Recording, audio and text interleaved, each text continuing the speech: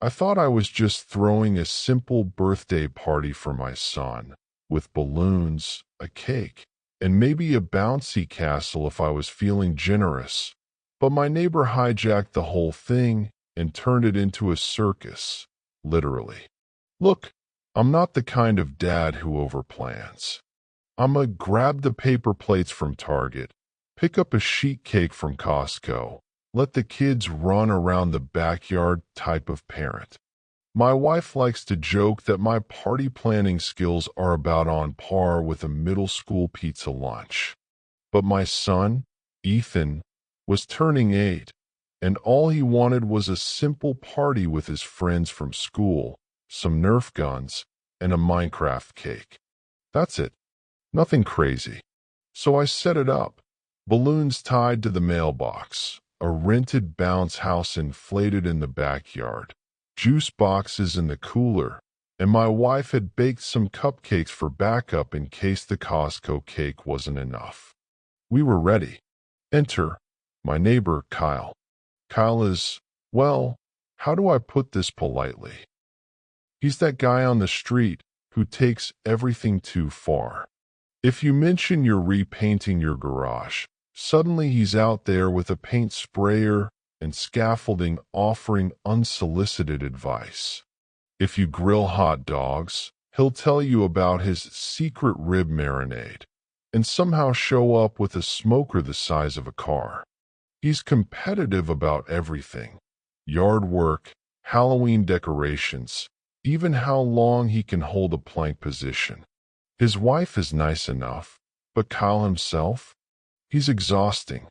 Anyway, Kyle heard me talking to another dad in the driveway the week before about Ethan's party, and apparently that was his open invitation to insert himself.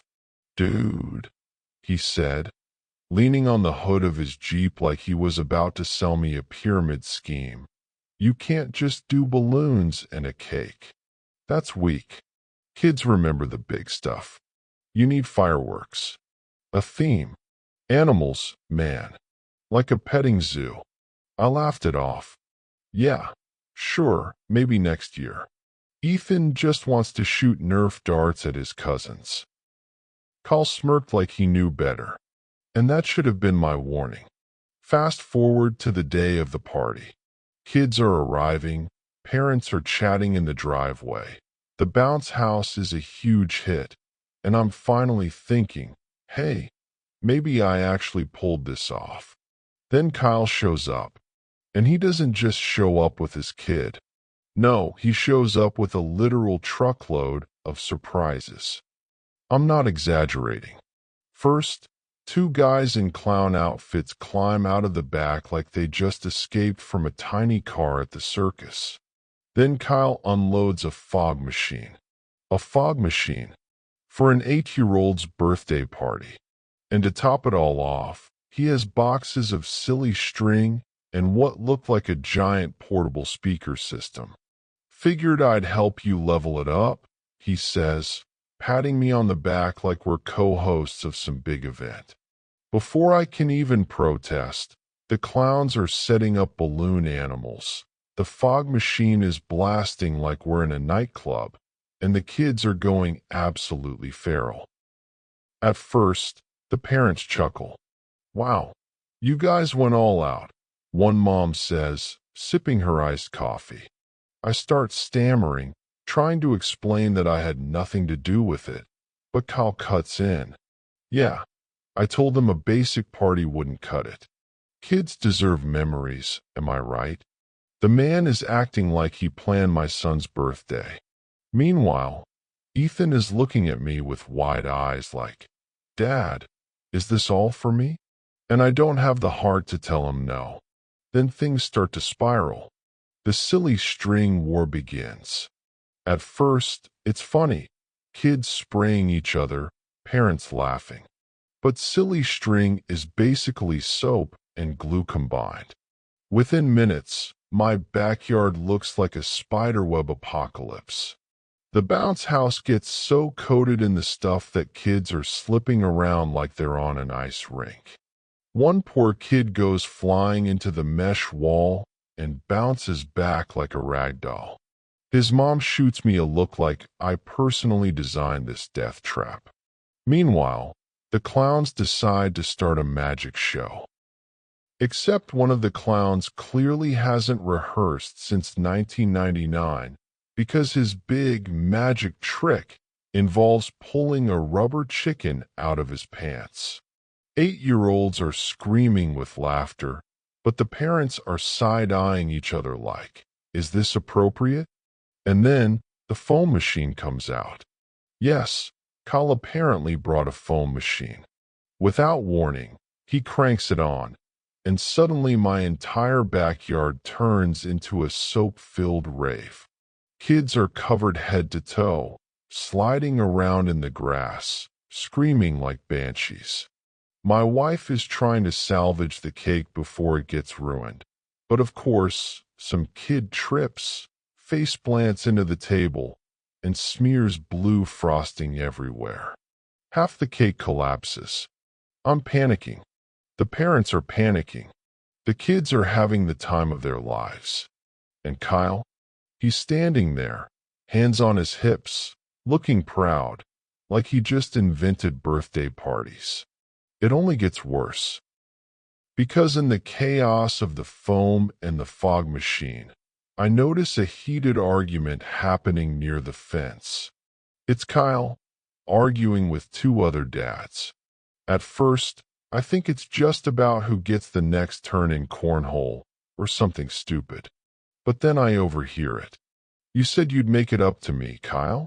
You think throwing this stunt party erases what you pulled at the soccer fundraiser? One dad hisses. Oh boy. Turns out, Kyle has beef. Serious beef. Apparently, he mismanaged some money during a school fundraiser and ticked off a bunch of parents. And now he's trying to make himself look like the neighborhood hero by saving my son's party. So now the dads are bickering. The kids are slipping in foam. The clowns are juggling dangerously close to the grill. And my wife looks like she's about 5 seconds from filing divorce papers. And just when I think it can't get worse, Kyle decides to bring out the grand finale. Fireworks. In the middle of the afternoon. He lights a Roman candle in my backyard, without asking, without checking if it's safe, and suddenly sparks are shooting everywhere. One lands on the bounce house. Another nearly hits the juice box cooler.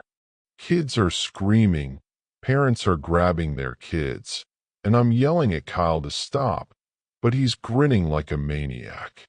Finally, one of the other dads tackles him, and they wrestle the lighter out of his hand. At this point, half the parents are gathering their kids and leaving, shaking their heads, muttering things like, "Never again." Ethan is crying because his party basically just turned into WrestleMania. And me? I'm standing in the middle of my foam-covered backyard, holding what's left of a blue frosted cake, wondering how my life spiraled so hard in one afternoon. The kicker? The next day, Kyle came over to check in and had the audacity to say, "Hey man, your party was epic. Everybody's gonna remember that one." Yeah, buddy, they'll remember it. They'll remember it as the day you turned an 8-year-old's birthday into a clown-filled, foam-soaked, near-fire hazard fiasco. Ethan eventually calmed down after we promised him a do-over party with just pizza, a movie, and his best friends. Honestly, that second party was perfect. No fog machines, no clowns, no Roman candles. Just kids being kids. But every time I see Kyle mowing his lawn across the street, giving me a thumbs up like we're co-hosts of some great show, I have to laugh. Because technically he's right. Nobody will ever forget Ethan's 8th birthday.